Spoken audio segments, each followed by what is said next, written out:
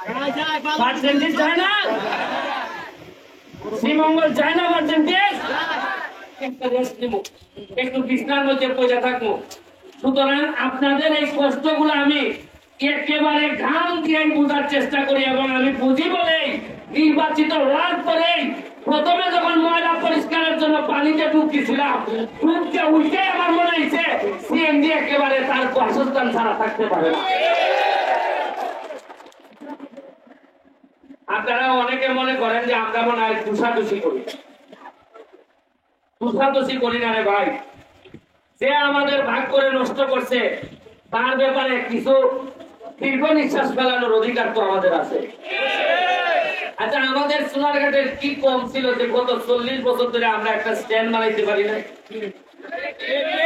আমরা এমপি পাইছি, আমরা মন্ত্রী পাইছি, আমরা বড় বড় বক্তব্য দেওয়ার লোক পাইছি, কিন্তু একটা স্ট্যান্ড বানানোর লোক পাই নাই।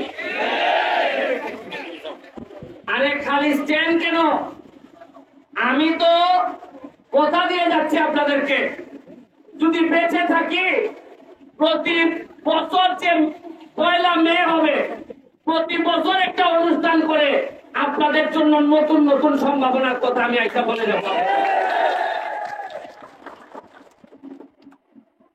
এই মোরা নদীতে বাঁচাইতে গিয়া, নদী কারে বাঁচাইতে গিয়া, আর আপনাদের 2টা স্ট্যান্ড করতে গিয়ে এই পর্যন্ত খরচ হচ্ছে প্রায় 75 লাখ টাকা। কাদির ভাই আমার বলছে যে 2 লাখ টাকা অন্তত নেই। আমি বললাম কাদির ভাই খার কাছ থেকে টাকা নিতাম, এ বেটায় যদি সিএনজির বেটায় 3 টাকা আমাদের দেওয়ার লাগে 2 লাখ, এ বেটায় যাত্রীর কাছ থেকে নেওয়ার লাগতো না টাকা। সিএনজির ড্রাইভারও বিপদে পড়বো, যাত্রীও বিপদে পড়বো। 8 টাকা আমি তোমার কাছ থেকে কেড়ে নিতাম, রাষ্ট্র এবং শেখ হাসিনা আমার এদিকে টাকা দিয়ে বলে নিতেছে। ইটা টাকা 10 বছর করছেন কিনা হিসাব চাইলেও তুই বাকি বাইরে দেশ থেকে। এই 10-15 বছর ধরে এই টাকা গেল।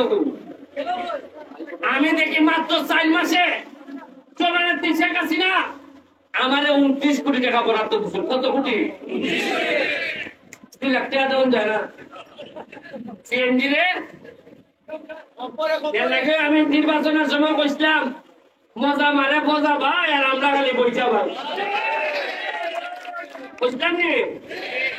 ওইটা প্রতিটা ধাপে ধাপে, প্রতিটা ধাপে ধাপে বাড়ি আইব, কিতা কিতা বরাদ্দ দেয়। টুকের কথা কিতা কইতাম, ঈদের সময় যে জননেত্রী শেখ হাসিনা যে শাড়ি আর লুঙ্গি দেয়, এটা আগে জীবনে উনছিলানি কোনোদিন।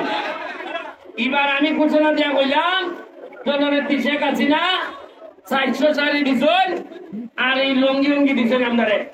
আমি কিতা করলাম, সবাই দিয়া বন্টন করে ইউনিয়নে দিয়া সাইডে দিলাম।